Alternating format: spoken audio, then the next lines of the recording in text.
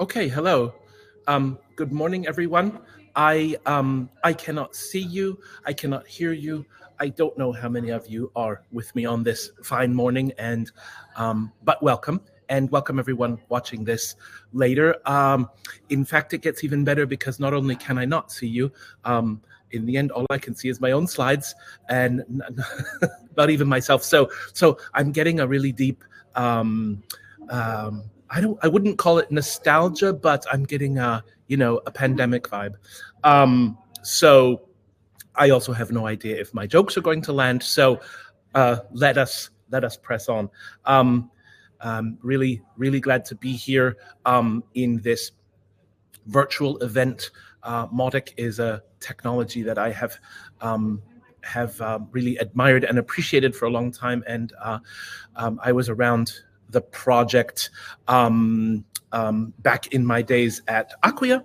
And and it's really great to see what it's turned into as a strong, well-governed, proper open source tool set for marketers like me. So thank you very much.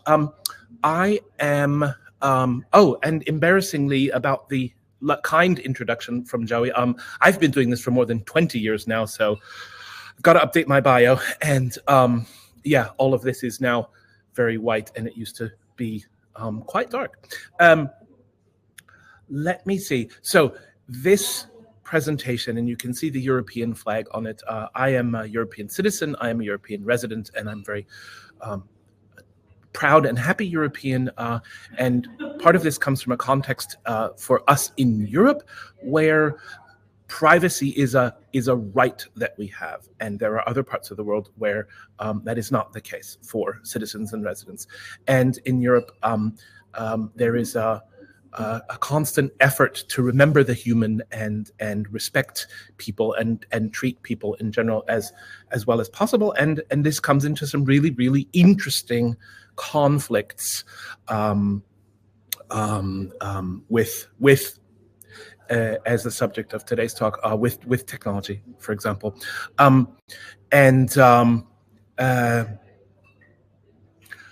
formulated this talk from a European perspective. And if you see the word or European flags or whatever sneak in here and there, it's my context. But everything that I'm saying counts just as much if you live in North America, if you live in South America, if you live in Asia, wherever you live. I have you can support and build your local technologies and your local ecosystems. And giving away a huge plot point of the talk, when we build and strengthen open source together, we are strengthening and building our local communities at the same time as we're collaborating and cooperating with international friends and partners. And it's an incredible superpower that we have as open source practitioners to take care of ourselves and take care of other people at the same time. So I've been doing open source for a long time. My home projects are Drupal and Typo3 CMS. I co-founded the German Drupal Association. I live in a little city called Cologne, where we have fun parties and wear silly hats. I'm a marketer, and the sort of bingo that you see on the screen is not the sort of marketing that I do on a daily basis. One of the ways that we work at open source at Open Strategy Partners is to explain the value that your complex technologies deliver to the people who make the decisions about purchasing them. So the marketers, the budget holders, and so on. And we have a bunch of very human first principles that we operate on. And one of our other things is that we say we do open source marketing. And we say it's awesome, right? OSM, we pronounce it awesome. And we try as much as we can to use open source marketing tools. Hello, Mautic. We contribute tools and knowledge to the world. We have a couple of MCP servers on GitHub right now. We give away a lot of our templates. We're really happy to train clients so that they can fly free. And we participate in open source communities as much as we can. So yes, open source marketing is awesome. That's about us. I prepared this talk with a guy called Matthias Bolt-Lesniak. He's the ambassador of the Typo 3 project. And a couple of times now, Matthias and I have gotten together and found a topic that's very important to us, in this case, digital sovereignty, and had long and deep conversations about it, and then gone our separate ways and prepared BOFs and conference sessions and so on independently, and done that for 6 months or a year, and then come back together and blend the things that we've been talking about separately. And this talk is the result of that process. And Matthias and I gave this talk together on stage recently at DrupalCon in Vienna. Matthias is a great guy. He represents a great project. Check them out. I called my talk Power, Data Protection, Pragmatism, and Digital Sovereignty. He called his Digital Sovereignty by Design, the Future of Digital Independence. I think it all comes down to the same thing. Hello, audience. I have no idea who you are, but I know you must be interested in Mautic, so welcome. The time is now, and wherever you are, it's the right place. We urgently need, if it's not us, we need to enable our friends, peers, companies, governments, societies to be digitally sovereign, digitally independent, and it's crucial. And open source practitioners, we hold at least one or two of the keys towards digital sovereignty. So Act 1, I think the time is now, and the world in 2025 is an interesting one. I have been having a really tough year. Global chaos, deep uncertainty, lots of my open source clients. So I do B2B technology marketing, and I have Drupal, Typo 3, hosting, training, platform as a service, software as a service. I have those clients, and open source in a lot of places ends up being working for local government and museums and cultural institutions and universities and so on. And in some parts of the world, it's a really, really tough time for that. So that's also hard for me and my team, supporting our clients through that. And in Europe, we're in a recession, and so and there's wars around us, and it's a really difficult time. So and then on the thing is, over the last 20 plus years, some of us have been able to build powerful, interesting, strong tooling to do a series of things and remain independent. And many of us, and myself included, it's been really way easier to put a credit card on something and use Google Workspace, use Office 365, use Twitter. And it's been really easy. And we've been able to get on with what we want to do with those tools and not worry so much. And this convenience has brought with it a series of problems. Some more obvious, some less obvious. In Denmark, I'm sitting in Aarhus, Denmark today.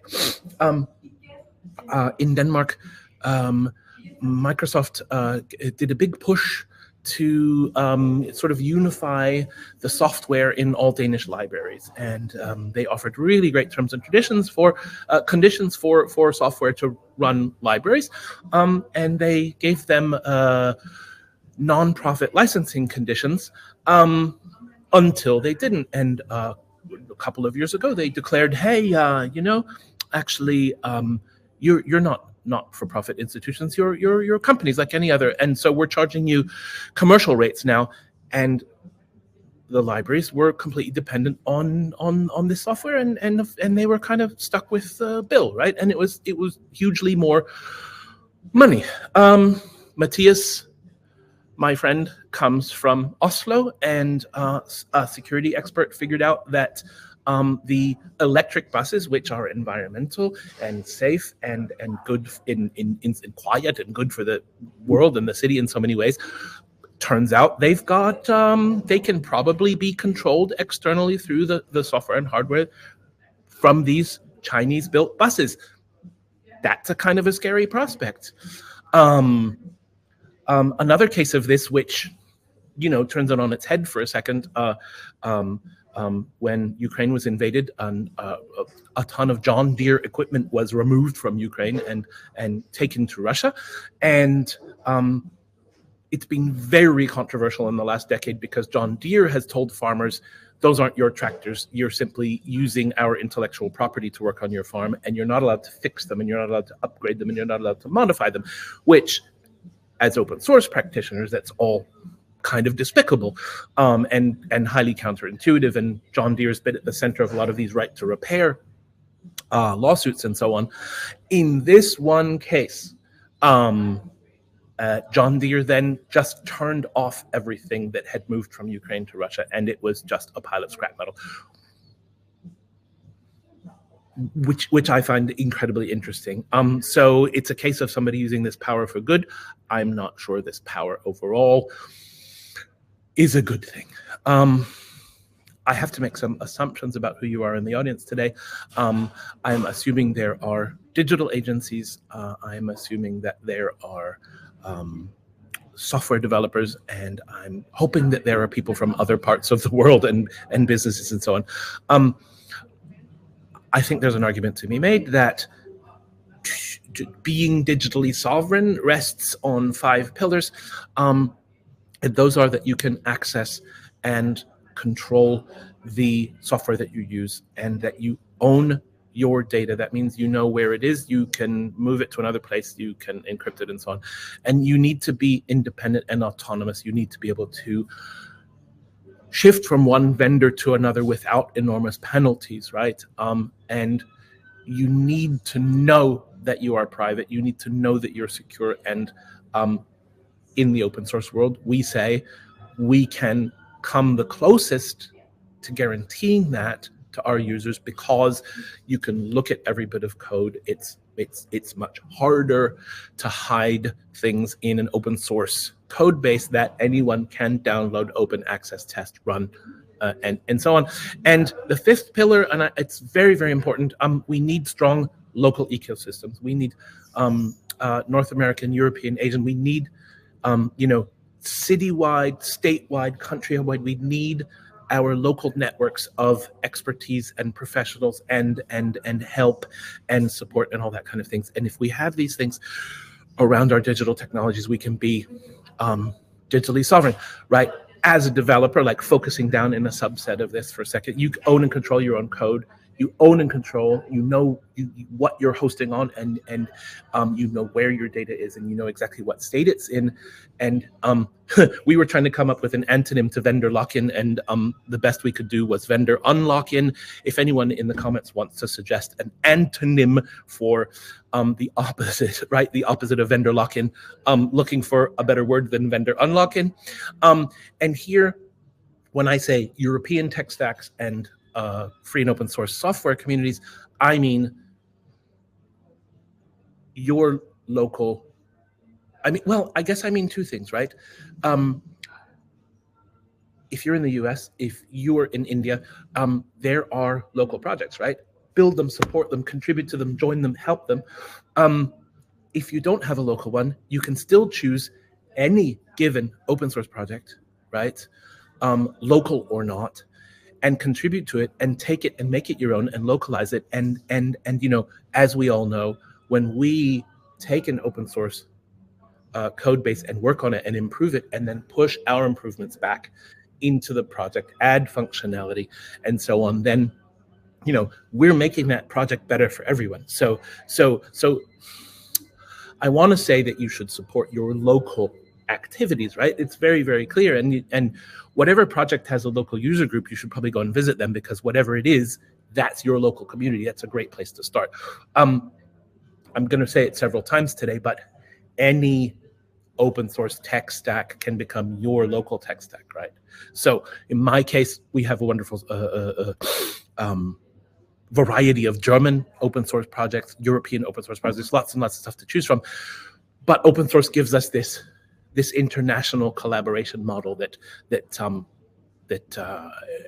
you don't necessarily get anywhere else.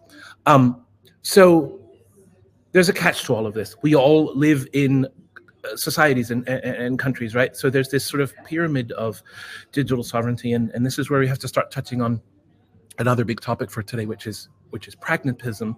I live in Germany. Germany is pretty good about privacy regulations and letting citizens, respecting people's rights. We can only be as digitally sovereign as our environment allows. And rich, powerful governments are maybe the only entities that can become truly, fully digitally sovereign. And they certainly don't all do it. But first of all, we live in this environment, a regulatory environment, a legal environment. What technologies are then available to us and accessible within that environment is then decided by the companies that we interact with and transact with and use the apps of, and whatever organizations, universities we're part of. And then, the developers within those organizations are influences. And then I, as an individual in society, and I have to use apps now, and I have to live digitally, I am only as digitally sovereign as this whole ecosystem allows. Right now, we're digital professionals, right? We can influence the choices in our organizations and in our countries, and we can make things better, right? So we now, as with my technologist hat on, we need to go out and make sure that when a decision is being made between an open source, sovereign, something that we can control, and a non-sovereign black box proprietary alternative, that we at least make a strong case for why we should be choosing the sovereign version. And we have that power. So, in 2025, this has become incredibly clear, and it's becoming clearer as the months go on. For better or worse, Richard Stallman was absolutely right. If we do not value our freedom, we will lose it. And anyone who says, well, don't bother me with politics, I guess that's going to be harder for them to learn the lessons of history. But Richard Stallman often, called an extremist for his creation and representation of the free software world. A great deal of what he said about software and freedom was absolutely, and is still absolutely right.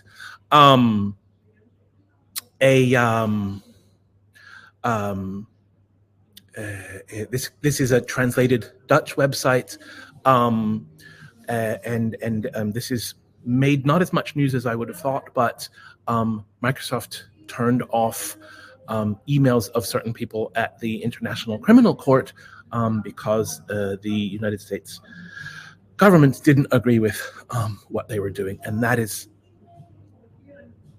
I don't know. I've done this presentation several times and over the this year, and I still get a chill when I think about this, right? The International Criminal Court, a body of international law. Governments and companies can just go turn them off, right? This is even worse, and I just got wind of this 2 days ago. In quote unquote trade negotiations about international shipping, United States diplomats and representatives were threatening the other diplomats and international representatives at the negotiations, right? And Chris on InfoSec Exchange, if you look at the second to last line of this thing here, that's the same government that has jurisdiction over, probably over your cloud, right? I use Google Workspace. I'm there too. I'm really, really unhappy about this. I find this scary and awful on any metric. The whole European privacy right to privacy gets incredibly shaky because we're using so many US-based services where privacy is not a right, and not a legal right, and not actually written into any established legal framework, neither the Constitution nor anything else, and the whole data exchange between the U.S. and the European Union keeps getting shot down by a really amazing Austrian, I think, privacy and digital lawyer called Max Schrems, and he's started court cases that have knocked down the last two agreements, and it looks like a third one might be coming. So yeah, that's fun. And right, if we had more European or you had more local whatever versions of hyperscalers, maybe we would all be better off in that case. I live in Germany. I happen to be in Denmark today, and these slides come from earlier in the year, and so on this slide, the darker the color, the darker the green, the more a given municipality is spending on Microsoft licenses, right? And you'd have to translate between Danish crowns and euros or dollars or whatever, but by the time you get to very dark green, it is millions of whatever significant currency you count in. So there's a huge dependency on Microsoft in Denmark. Here we go. Matthias, my presentation partner, kindly added that, yes, so dark green is more than 5 million euros a year in Microsoft licenses, and the lightest green is less than 1.3 million euros, which must be $1.5 million, I guess, right? So if you count how many municipalities there are, that is at least hundreds of millions of euro dollars flowing from Denmark to Microsoft. Here's another really interesting map, and if you look at this QR code, you can go and play with this thing. It's really, really fascinating. It is a map of servers in Europe. Europe and Turkey, it looks like. I don't know why the UK doesn't appear here, but you can see from the color coding there's a couple of interesting things. Green is domestic servers, great. Light blue is EU servers. Then red is Google, yellow is Microsoft, and there's some interesting things here. Let me see.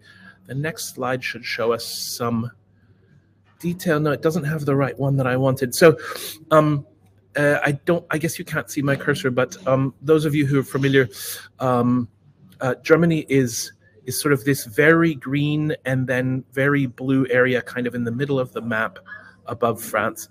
And the very yellow sort of shape to the west of Germany is the Netherlands, right? And the Netherlands is this incredible dominance of Microsoft servers, right? So it's not European, it's not local, and it's it's really interesting. So and I think it's pretty cool that Germany is quite focused on domestic servers, and I said Germany is quite good, and German people are very focused on privacy. Interesting that the Netherlands is not. And now this map, you can clearly see that also Finland and Sweden and Norway are heavily I think a majority of the servers that are listed here are Microsoft ones, and then you have some EU ones, and then coming back down through Denmark and the top of Germany, it turns quite green again, which is a domestic server. So in my paradigm, right, local infrastructure is better than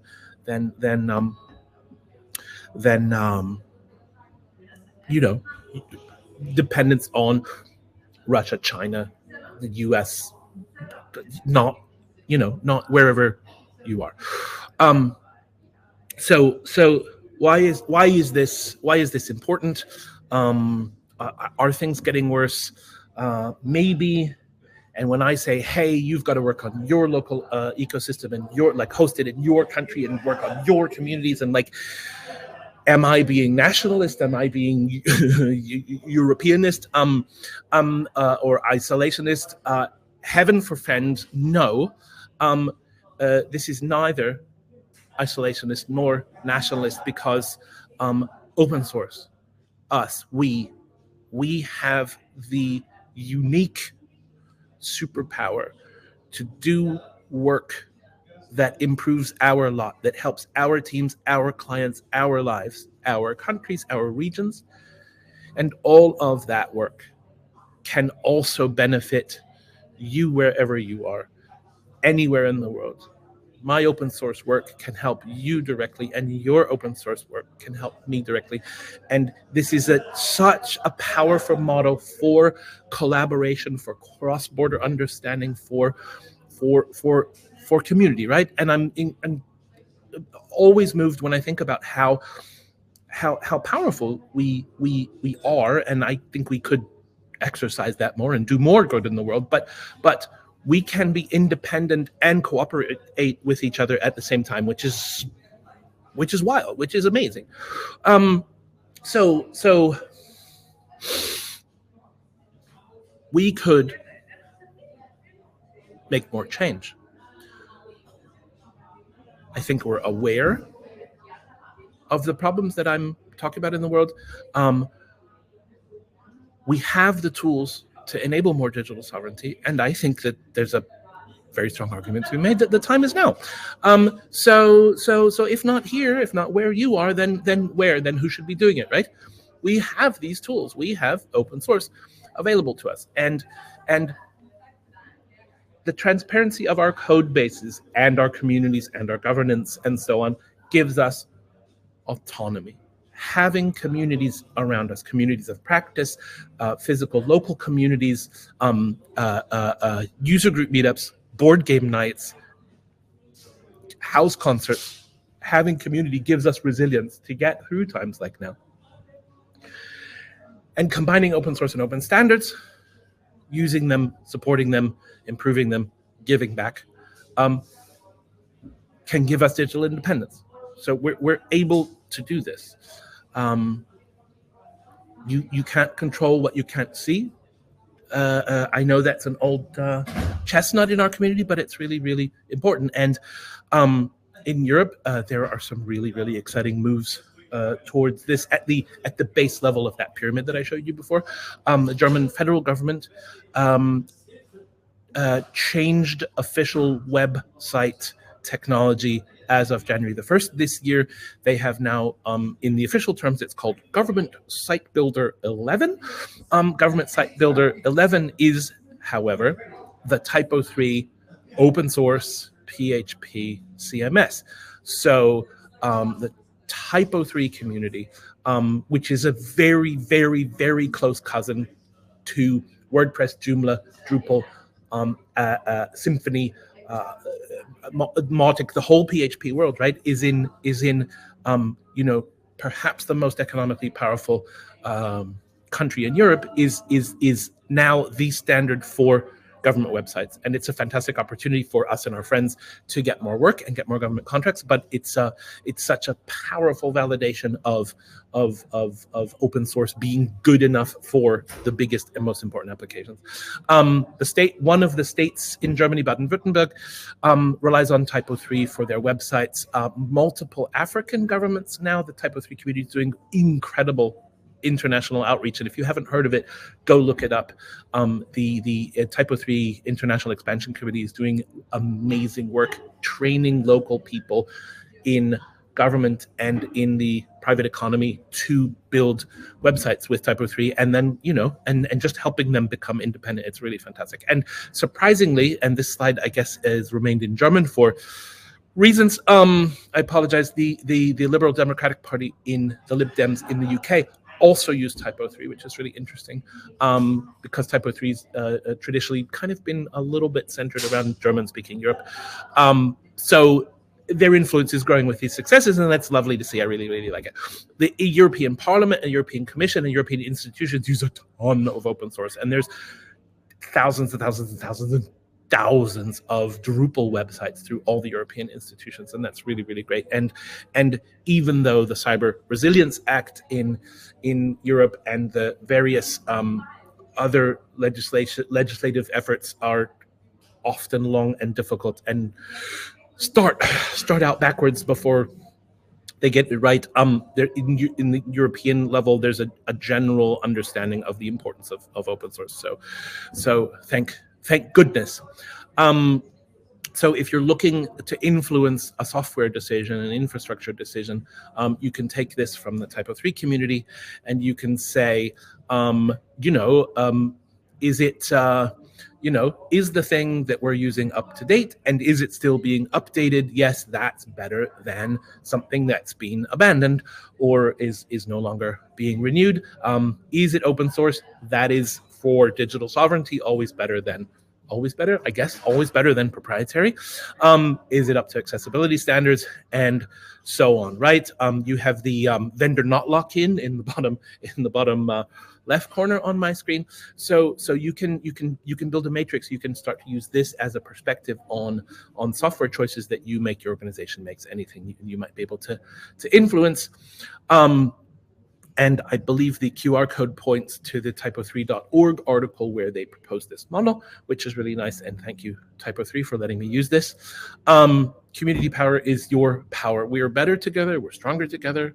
I think you know that because you're here at an open source conference. I apologize for the wordiest and ugliest slide in this deck. This is my fault. But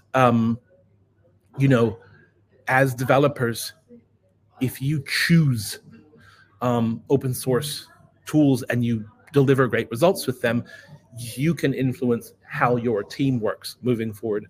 And if you contribute to a project, if you give it a new feature, if you make it twice as efficient, whatever it is, right, you can influence the open source projects that you use and make them better and do great things with them and help everyone around you, right? And your expertise in improving and utilizing open source technologies, right, that can influence your organization, wherever it is that you work or volunteer or help. You can influence the choices towards digital sovereignty, right? And once we take a bunch of us doing those individual things and become a collective and become a community, we can strengthen our free and open source software projects, local, international, whatever is appropriate to you, build our local communities. I try to go to meetups. I try to go to regional conferences. I find that's where I have, between the user groups and the small conferences, is where I have the best interactions and the most important sort of relationship building happens at those for me. There's a real chance to learn and share what you've figured out. And what we get is stronger local technology and economic ecosystems, and we build digital independence for ourselves, and we get a shot at self-determination for our technological futures. It's and it all starts with downloading Mautic, downloading Drupal, what have you. I know that this sounds really idealistic. I know that this sounds a little bit pie in the sky and yeah, hippie, commune, share everything stuff, but I find it utterly fascinating. I was in Edinburgh for a conference. Probably 10 years ago at this point, which is almost feels embarrassing to say, but I met someone from at the time Her Majesty's Cabinet Office, and they were part of the team that did a large set of digital reforms in the UK between 2010 and 2014. And those of you probably all familiar with gov.uk, which is in many ways a shining beacon of usability and standards and service delivery and accessibility and so on and so on and so on. Quite an admirable digital government instance for the population of Great Britain. So it's the same people who built that. So in 2010, the ICT, the IT supplier map for the UK government looked like this. So what you're looking for is the blue dots in the southernmost part of England there. And there's, I don't know, is it 9 of them, 11 of them? Those dots map pretty exactly onto London, Reading, Brighton, and whatever is in between there, and map absolutely exactly onto Microsoft UK headquarters, HP, IBM, Google, Oracle, and so on. The usual players, the US hyperscalers, the big players in this. So the UK government was contracting almost exclusively with almost exclusively foreign companies, paying for billions and billions and billions and billions of pounds in digital services. The UK government did a big digital reform package right after this, and among many other things, they made a couple of changes that are relevant to our talk today, and like, why should I care about open source, and what does this have to do with digital sovereignty and so on. One of the changes that the government made was they said for projects under £1 million in total, we are going to let much smaller companies bid for them, and we're going to make a bidding process, which is, for example, the G Cloud in the UK is a big part of that. But we're going to make a bidding process, and we're going to enable much smaller companies to be certified to be government IT providers. So smaller projects, smaller companies are allowed to do them. Second, there's a preference for open source solutions given equal functionality. So if a proprietary thing and an open source thing are functionally equivalent, there's a preference for the open source one. There was a lot more that changed, but these two changes are incredibly pertinent because 4 years later, the ICT supplier map looked like this. So there's hundreds of dots there, and that means that UK taxpayer money, government money, was flowing from the government back into the economy, enabling training, enabling employment, and strengthening the UK's own economy rather than just shoveling licensing fees out the door to the United States or elsewhere. This is an incredibly empowering story, and it's an incredible example of the open source stuff that we do having an impact in the real world. It's incredible. And the comedy bit of this slide, if you look to the left, the white southern part of that island there is the Republic of Ireland, which is Europe. And there are at least 5 UK IT suppliers in Europe. So me as a European, I'm proud because we got a little slice of that as well. But the story is that open source and sensible policy can make an incredible difference to real people's lives. So another German slide, and it simply says, if not now, actually, yes, now. So I showed you the maps of Denmark before. In June, the government of Denmark said, hey, actually, you know what?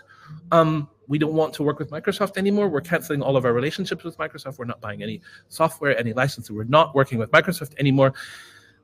And we're going to make this happen by the end of 2025. So they said within 6 months, they're dropping all Microsoft technology. Incredible victory for the people of Denmark, for Europe, for digital sovereignty, for making sensible changes. In a real bombshell, interesting, amazing digital sovereignty news. So we are the open source practitioners. We are the people that can enable this, and we can help others by helping ourselves.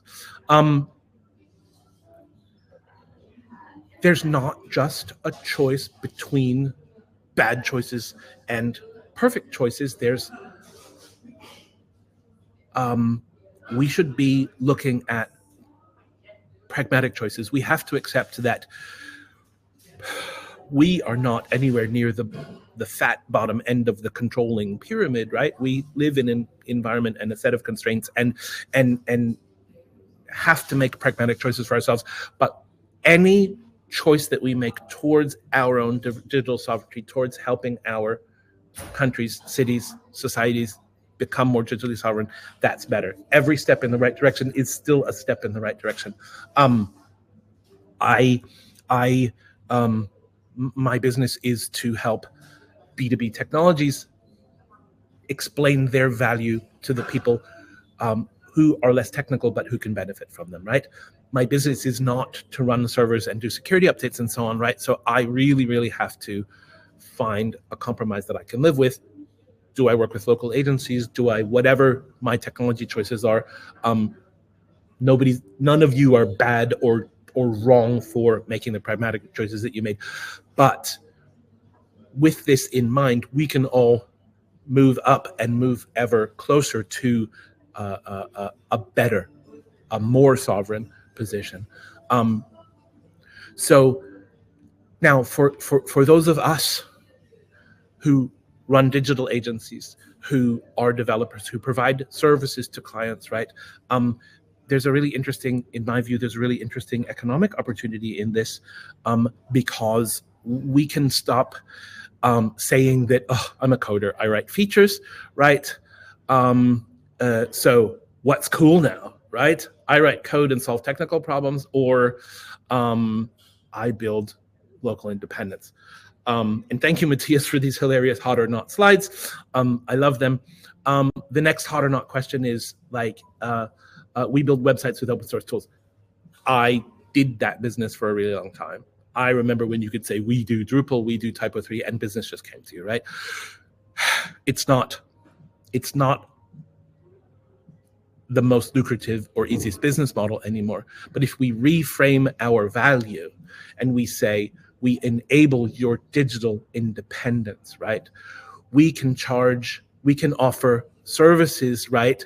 Sovereignty assessments, dependency audits, risk evaluations, and offer improvement roadmaps to our clients, right? And when we have that conversation, and when our sales pitch looks at these things, right? The improvement roadmap, if we're convincing enough, is also the services that we can then sell to a client, right?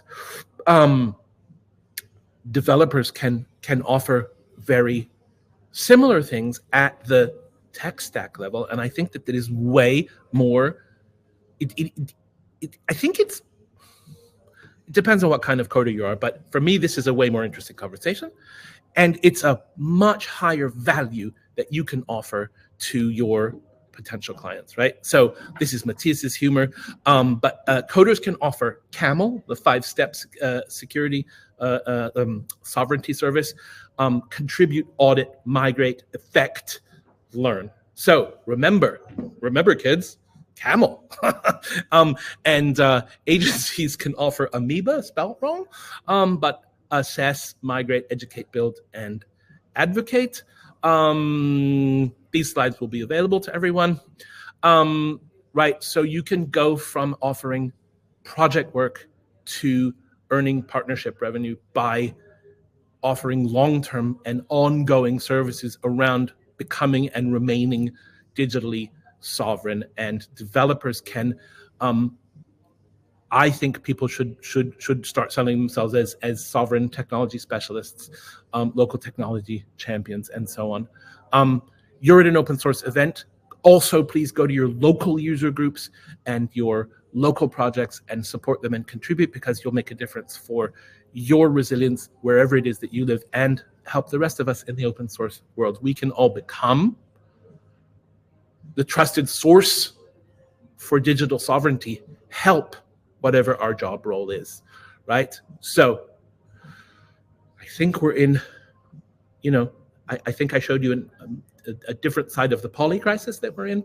I think I showed you that you can and should make a difference wherever you are, and that we as open source technologists are the people that can deeply help everyone else around us. Last note, and I know it's my last second.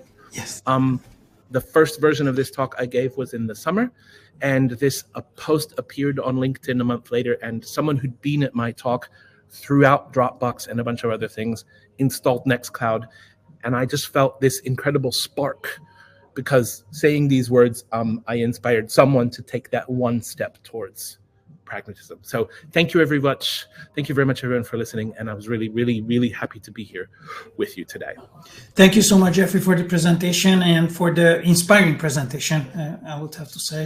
And thanks for taking the time from the conference where you are participating at. And we definitely would like to love to see you in person again in the next event. I want to come to the next one in person. Amazing. Thank you.